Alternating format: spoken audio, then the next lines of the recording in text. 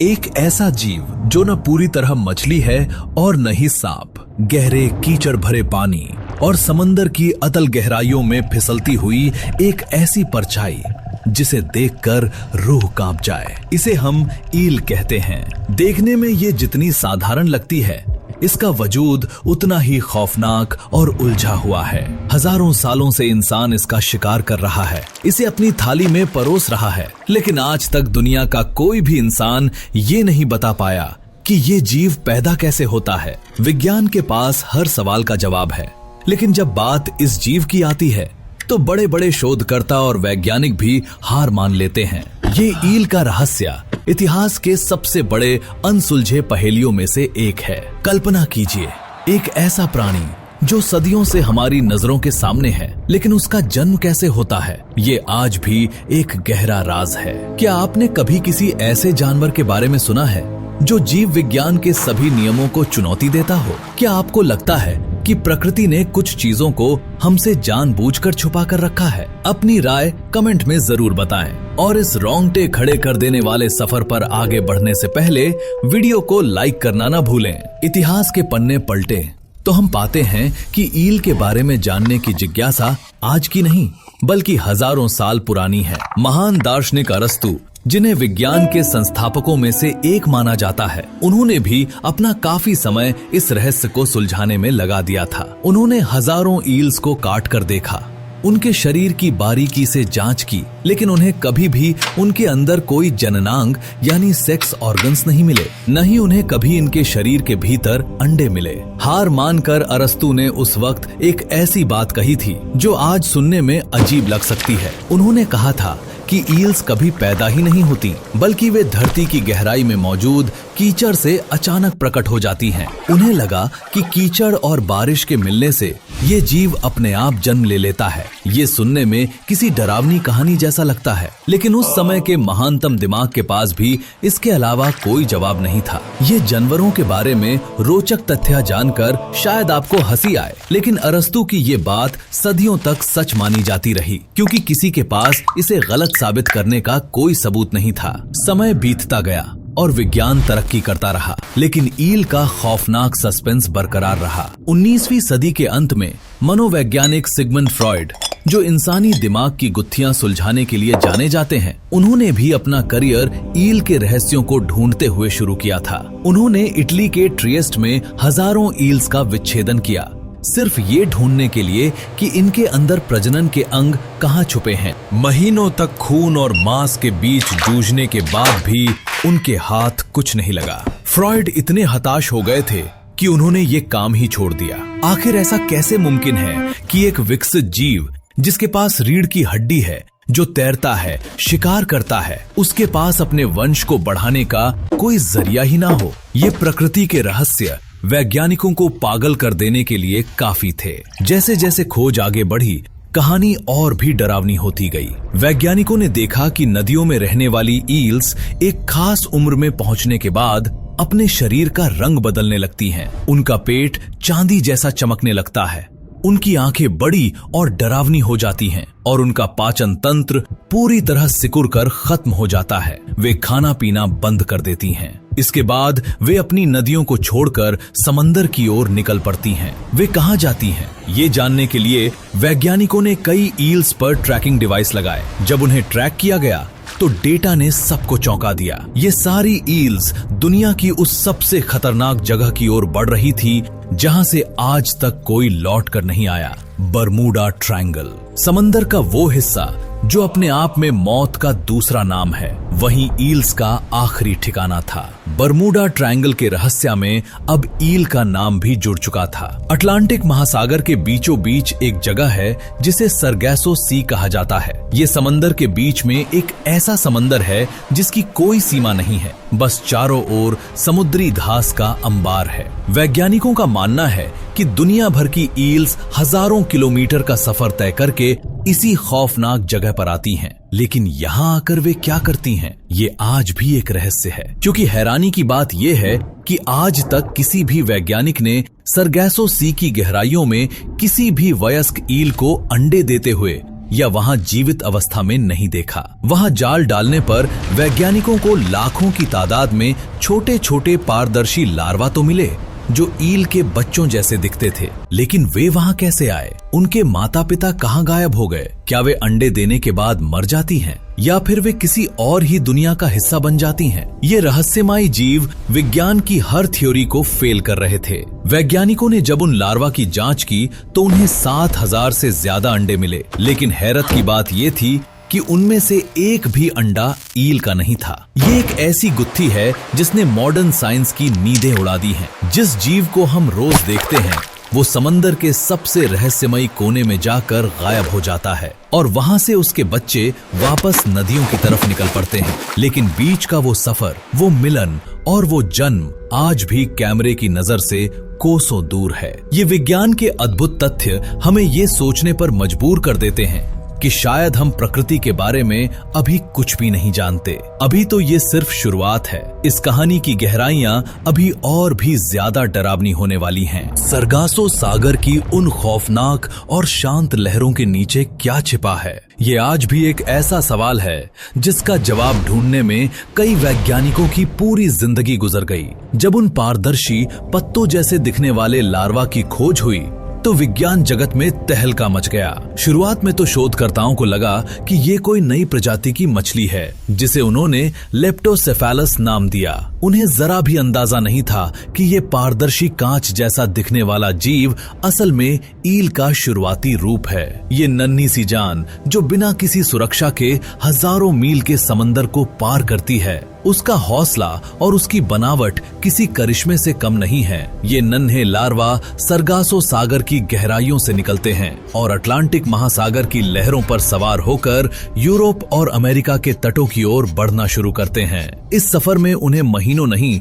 बल्कि कई साल लग जाते हैं। सोचिए, एक नन्हा सा जीव जो मुश्किल से कुछ इंच का है, वो उस समंदर को पार कर रहा है जहां बड़ी बड़ी शार्क और शिकारी मछलियां घूम रही हैं। लेकिन ईल के इन बच्चों के पास एक ऐसी शक्ति है जो उन्हें बचाए रखती है। वे लगभग पूरी तरह पारदर्शी होते हैं। पानी के अंदर उन्हें देख पाना लगभग नामुमकिन होता है। वे पानी में बहते हुए किसी अदृश्य साए की तरह आगे बढ़ते हैं। जब ये अंततः मीठे पानी की नदियों के मुहाने पर पहुंचते हैं, तब तक इनका रूप बदल चुका होता है। अब ये ग्लास ईल बन जाते हैं। अभी भी इनके शरीर के आर पार देखा जा सकता है जैसे कि वे कांच की बनी हो, लेकिन यहाँ से इनका असली संघर्ष शुरू होता है। इन्हें खारे पानी के विशाल समंदर को छोड़कर नदियों के तेज बहाव के खिलाफ ऊपर चढ़ना होता है। इस कहानी का रोमांच यहाँ और बढ़ जाता है जब हम इन ईल्स की जिद को देखते हैं। ये ग्लास ईल्स नदियों के रास्ते में आने वाले बड़े बड़े बांधों, पत्थरों और यहाँ तक कि सूखी जमीन को भी पार कर जाती हैं। हाँ, आपने सही सुना, ईल्स पानी के बाहर भी काफी समय तक जीवित रह सकती हैं, क्योंकि उनकी त्वचा गीली होने पर हवा से ऑक्सीजन सोख लेती है। वे रात के अंधेरे में घास के मैदानों पर रेंगती हुई एक तालाब से दूसरे तालाब में चली जाती हैं। ये नजारा किसी डरावनी फिल्म के सीन जैसा लगता है। हजारों काली सफेद परछाइयां रात के सन्नाटे में जमीन पर रेंग रही होती हैं। उनकी आंखें अंधेरे में चमकती हैं और उनका चिकना शरीर किसी सांप की तरह बल खाता है। अब जबकि आप इस रहस्य की गहराइयों में उतर रहे हैं तो रुकिए और सोचिए कि प्रकृति ने इस एक जीव के अंदर कितने राज छिपा रखे हैं। अगर आपको ये जानकारी हैरान कर रही है तो इस वीडियो को अभी लाइक कर दीजिए, क्योंकि आपका एक लाइक हमें ऐसी और भी अनसुनी कहानियां लाने की प्रेरणा देता है। जैसे ही ये ईल्स नदियों और झीलों में बस जाती हैं, इनका रंग बदलकर पीला हो जाता है, जिन्हें येलो ईल कहा जाता है। यहाँ वे अगले 10 से 20 साल और कभी कभी तो 50 साल तक रहती हैं। वे चुपचाप कीचड़ में छिपी रहती हैं, शिकार करती हैं और बड़ी होती रहती हैं। लेकिन इस पूरी अवधि के दौरान उनके शरीर में प्रजनन का कोई नामो निशान नहीं होता। वे बस एक अधूरी जिंदगी जी रही होती हैं। फिर एक दिन अचानक उनके अंदर कुछ बदलता है। एक रहस्यमय बुलावा उन्हें फिर से उस मौत के रास्ते पर ले जाने के लिए मजबूर कर देता है जहां से वे सालों पहले आई थीं। उनका शरीर फिर से बदलने लगता है। उनकी आंखें अब और भी बड़ी हो जाती हैं ताकि वे समंदर की उस गहराई के अंधेरे में देख सकें जहां सूरज की रोशनी कभी नहीं पहुंचती। उनका पेट चांदी जैसा चमकने लगता है, लेकिन सबसे डरावनी बात यह है कि उनका पूरा पाचन तंत्र खत्म हो जाता है। उनके दांत गिर जाते हैं और उनका पेट पूरी तरह से बंद हो जाता है। अब वे कुछ खा नहीं सकती। वे अब सिर्फ एक मिशन के लिए जीती हैं, सरगासो सागर तक पहुंचना और वहां जाकर इस दुनिया को अलविदा कह देना। वे अपनी हजारों मील की आखिरी यात्रा बिना कुछ खाए पिए सिर्फ अपने शरीर में जमा चर्बी के दम पर पूरी करती हैं। ये एक आत्मघाती सफर है। वे जानती हैं कि वे वापस कभी नहीं आएंगी, लेकिन फिर भी वे उस अंधेरी गहराई की ओर खिंची चली जाती हैं। जोहान्स श्मिट नाम के एक डेनिश जीव विज्ञानी ने 20वीं सदी की शुरुआत में अपना पूरा जीवन इन्हीं ईल्स के पीछे भागते हुए बिता दिया। उन्होंने अटलांटिक महासागर में जाल डालकर हजारों मील का चक्कर लगाया। वे जहां भी जाते उन्हें ईल के बच्चे मिलते, लेकिन जैसे जैसे वे सरगासो सागर की ओर बढ़ते उन्हें मिलने वाले बच्चों का आकार छोटा होता जाता। इसी आधार पर उन्होंने ये निष्कर्ष निकाला कि ईल्स का जन्म स्थान सरगासो सागर ही है। लेकिन विडंबना देखिए, आज तक किसी भी इंसान ने वहां एक भी वयस्क ईल को जीवित नहीं देखा। वे वहां पहुंचकर गायब हो जाती हैं, जैसे समंदर की वो गहराई उन्हें निगल जाती हो। क्या वहां कोई ऐसा पोर्टल है, या फिर वे इतनी गहराई में चली जाती हैं जहां हमारे आधुनिक कैमरे और पनडुब्बियां भी नहीं पहुंच सकते? विज्ञान की इस भागदौड़ भरी दुनिया में जहां हम मंगल ग्रह पर बस्तियां बसाने की सोच रहे हैं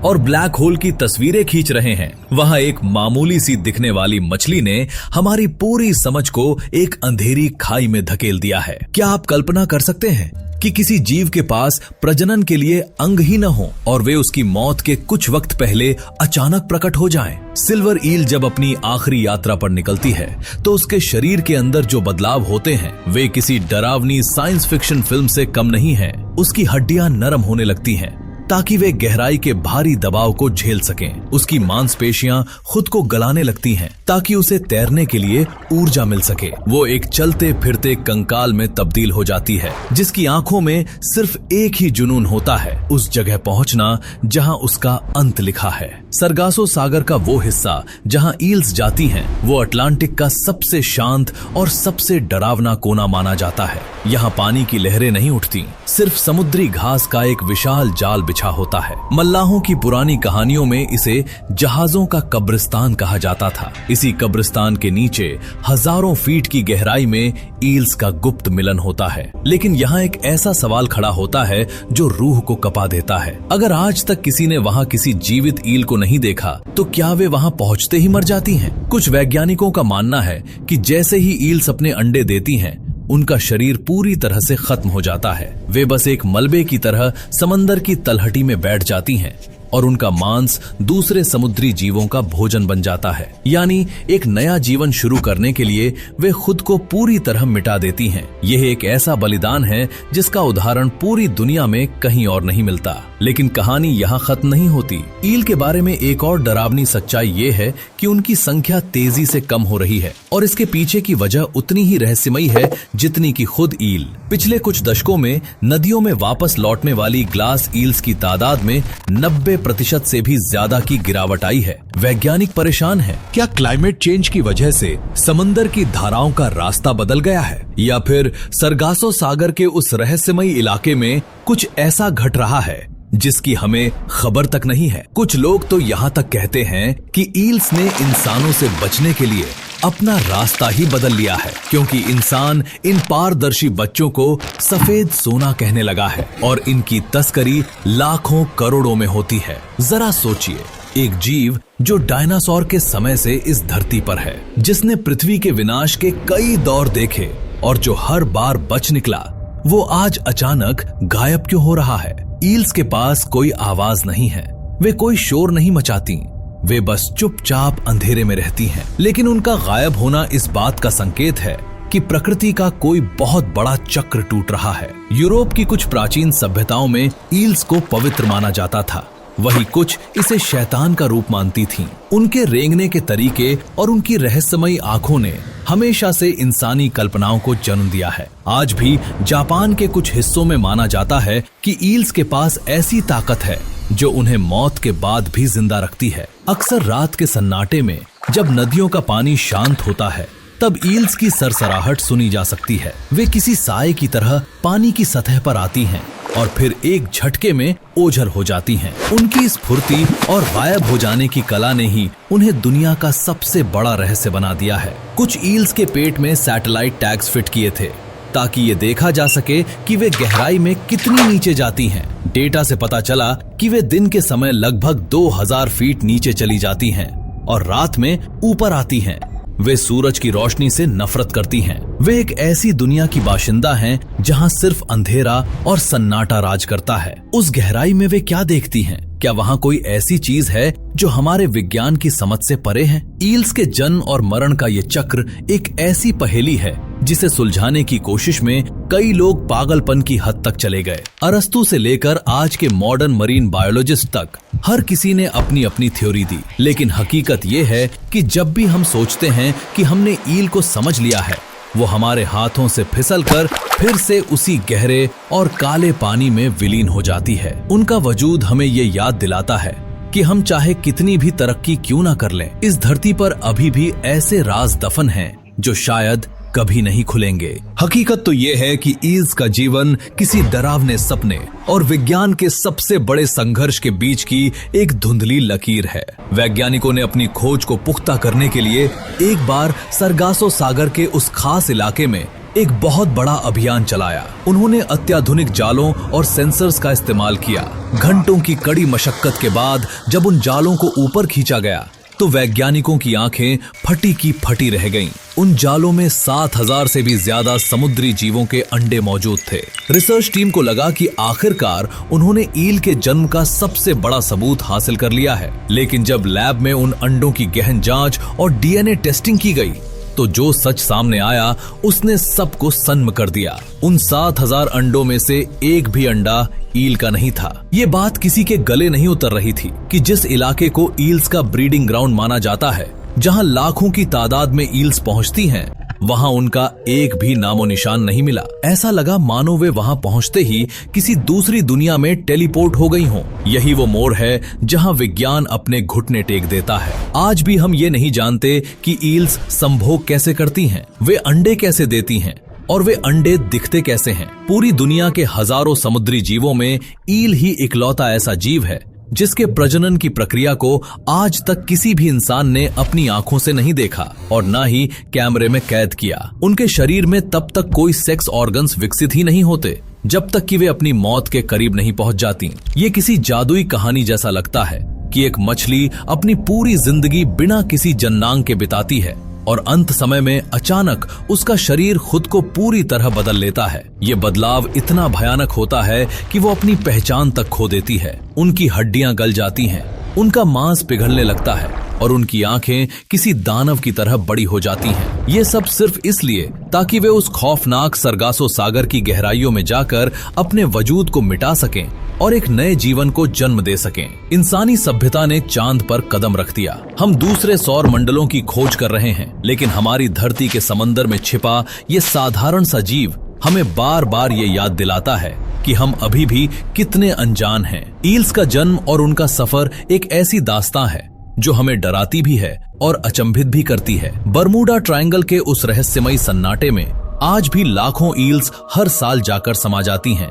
और वहां से वापस आते हैं सिर्फ उनके नन्हे पारदर्शी बच्चे, जिन्हें नहीं पता कि उनके माता पिता कौन थे और वे कहां गायब हो गए। ये एक कभी न खत्म होने वाला चक्र है जो शायद इंसानी समझ से परे रहने के लिए ही बनाया गया है। इस रहस्यमयी जीव की कहानी को यहाँ तक सुनने के बाद क्या आपको भी लगता है कि समंदर की गहराइयों में कुछ ऐसी शक्तियां हैं जिन्हें हम कभी नहीं समझ पाएंगे? क्या ईल्स वाकई इसी दुनिया का हिस्सा हैं या इनका ताल्लुक किसी और ही अनसुलझी पहेली से है? हमें कमेंट में जरूर बताएं। अगर ईल्स का ये खौफनाक और रोमांचक सफर आपको पसंद आया है तो इस वीडियो को लाइक करें। ऐसी ही और भी रोंगटे खड़े कर देने वाली और रहस्यमयी जानकारियों के लिए हमारे चैनल को सब्सक्राइब जरूर करें और बेल आइकन दबा दें ताकि आप दुनिया का कोई भी अनसुलझा राज मिस न करें। ईल्स का ये रहस्य आज भी विज्ञान के सीने पर एक गहरे घाव की तरह मौजूद है जो शायद कभी नहीं भरेगा। और इसी के साथ खत्म होता है ईल्स की दुनिया का